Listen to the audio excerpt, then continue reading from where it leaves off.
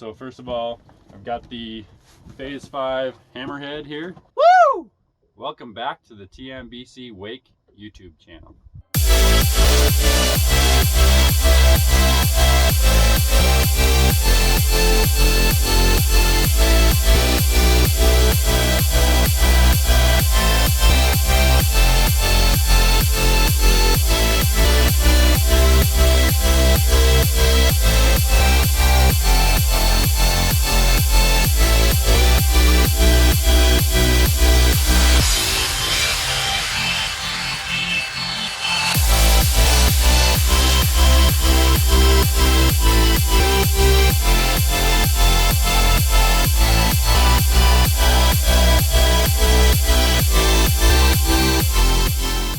If you haven't entered the surfboard giveaway yet, make sure to get over to that video and get yourself entered. I'll put a link right above me, I'll put a link in the description below, and I'll put a link at the end of this video. Okay, so in this video, I'm going to share with you our first day trip after Labor Day weekend, which was Saturday, September 7th. I got to try out a few new boards, so I'm going to get into that. The weather outside wasn't great, but the water was still nice and warm, and it did calm down enough for me to wakeboard, so I'll share some wakeboarding clips, but I'm going to switch over to the lake and I'm going to talk about the boards that I got to try out. Alright, so today I was lucky enough, my friends let me borrow their boards, so I'm going to get to try out a couple of boards I've been wanting to try out. So first of all, I've got the Phase 5 hammerhead here, and I've never looked at this board really closely, and I didn't realize that this is actually a skim board. So you can see that there's no grooves in the bottom of it, and the fin is very small. In fact, I think that's a little bit bigger, taller fin than I ride normally on my hi-fi. So I like how the tip is flat nosed. I think they do that just to save a little bit of weight. So pretty pumped to try that out. This will be the first time this year that I will have tried a surfboard that doesn't have bindings on it that's a skim board. I did ride my buddy's Phase 5 Aku earlier this year, and that's when I first started airing out on, and I actually had a hard time on it because I'm so used to my skim board, my hi-fi with the straps on. So really curious to see how this goes.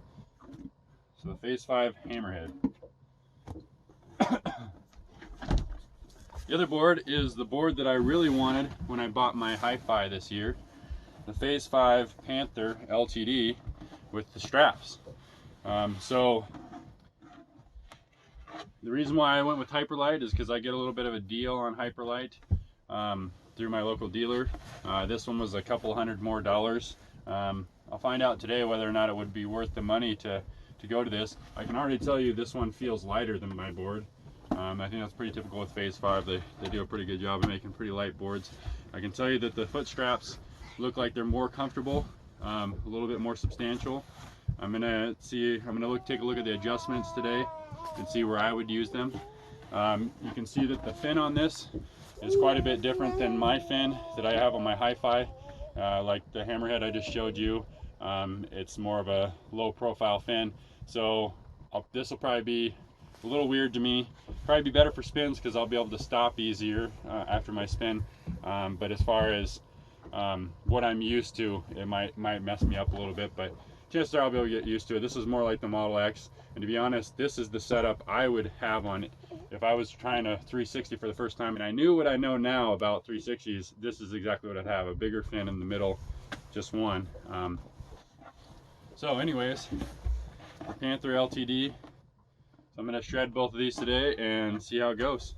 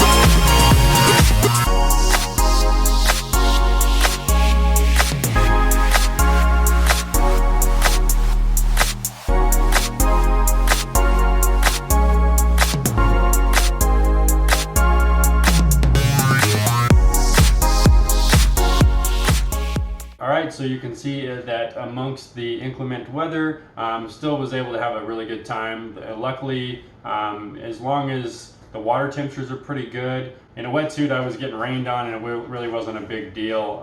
It's when the water temperatures are cold that it's hard to handle, 60s and the air temp and a little rain on you. So in the end, though, had some smooth water, had a good chance to ride the surfboards. I like them a lot. I've always been a fan of Phase 5 ever since I've tried one.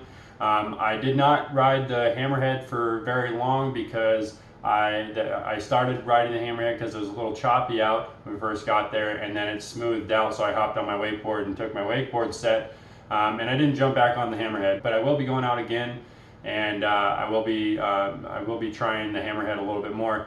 To our surprise, some of our friends showed up to the lake on their boat, and I let them ride behind my boat, so that was fun. And then you also see me riding the Phase 5 Panther, which is basically the Phase 5 board that's equivalent to my Hi-Fi with the straps.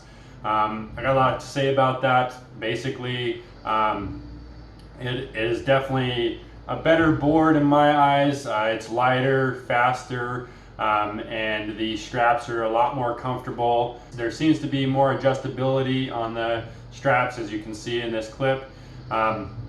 The one thing that was weird about it was when I just do a straight transfer. I think there was a clip there where I did an air grab transfer, and on my Hi-Fi I've been nailing those left and right, just right away pretty clean. But I wasn't able to ride away. I tried about 3 of those, and for some reason I thought it would be easier on the Phase 5 because it's lighter and faster, but maybe it's just a matter of getting used to the shape.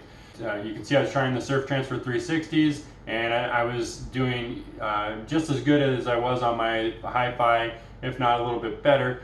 So overall I'm pretty happy, and the different style of fin, I honestly didn't really even notice that much. My 360 that I did on the Panther was much like my 360s go on my Hi-Fi, even though it had that bigger fin. So in the end, it was a lot of fun riding those boards, and I'm going to get a chance to ride them a little bit more.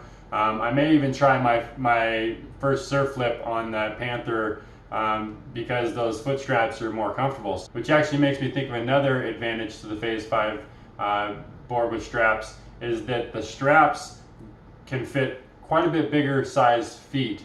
Mine are at their limit, and I have size 11.5 feet. And that board, I had them at their biggest setting, and it was way too loose for me. So I actually toned them down a bit, and they were still a little bit loose. So that's a big advantage to the current board that I have, is the fact that it can fit bigger feet and more comfortably.